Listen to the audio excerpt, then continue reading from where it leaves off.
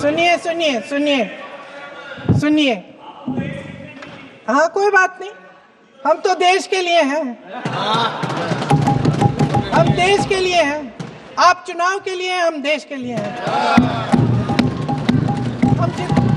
हम जितने भी चुनाव हारे, हम यहाँ बैठे रहेंगे और आपसे लड़ते रहेंगे और आपकी विचारधारा से लड़ते रहेंगे। अपने इस देश के लिए, अपनी इस मिट्टी के लिए लड़ते रहेंगे। आप हमें रोक नहीं सकते।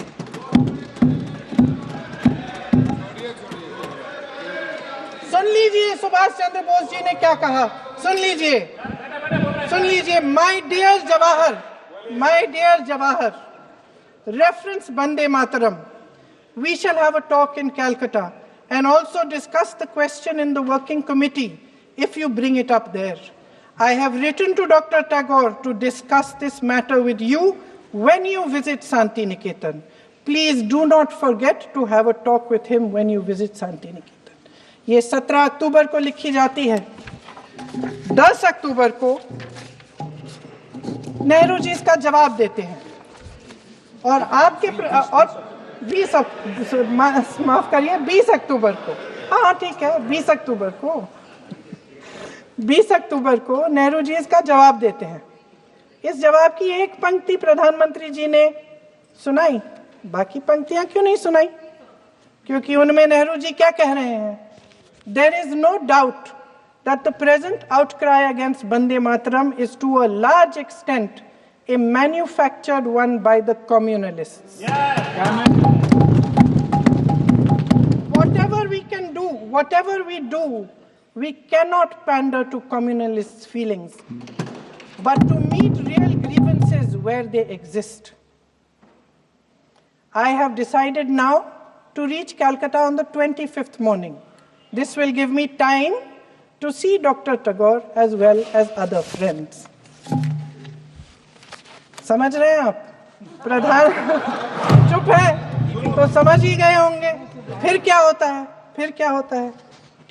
फिर नेहरू जी कलकत्ता जाते हैं और गुरुदेव जी से मिलते हैं और उसके अगले दिन गुरुदेव जी एक चिट्ठी लिखते हैं जिसमें वो लिखते हैं, अंग्रेजी में चिट्ठी है, उसका एक अंश मैं आपको हिंदी में बता देती हूँ, जिसमें गुरुदेव जी कहते हैं कि जो दो अंतरे हमेशा गाए जाते थे उनका महत्व इतना गहरा था कि उस हिस्से को कविता के शेष हिस्से तथा पुस्तक के उन अंशों से अलग करने में उन्हें कोई कठिनाई नहीं थी।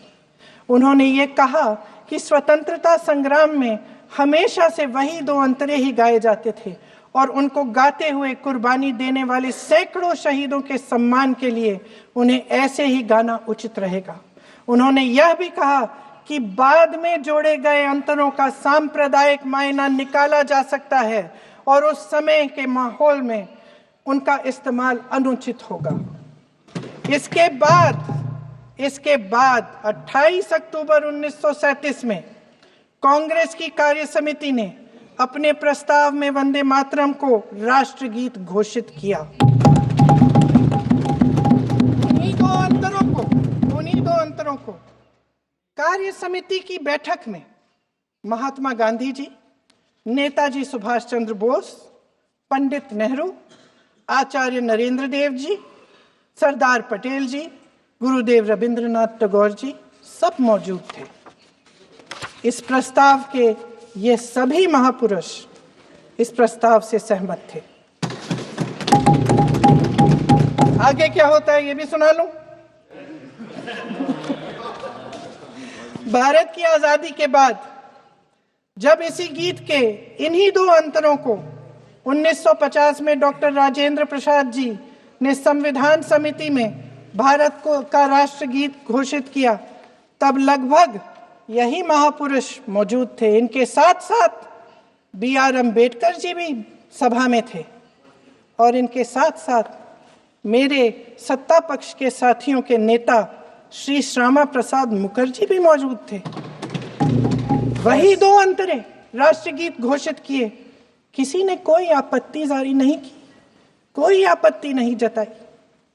वैसे इन तथ्यों के साथ जुड़ा एक और तथ्य भी है जो मैं यहाँ पे आपके सामने रखना चाहती हूँ।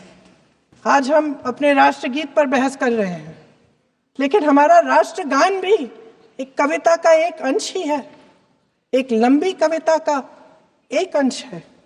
और इन दोनों राष्ट्रगीत और राष्ट्रगान के अंश को चुनने में सबसे बड़ी भूमिका गुरुदेव रविंद्रनाथ टैगोर की थी।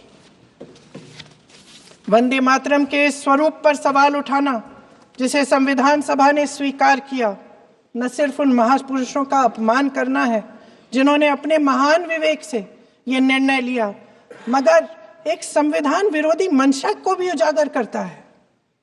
क्या सत्ता पक्ष के हमारे साथी इतने अहंकारी हो गए हैं कि अपने आप को महात्मा गांधी जी से, रविंद्रनाथ टैगोर जी से, राजेंद्र प्रसाद जी से, बाबा साहब अम्बेडकर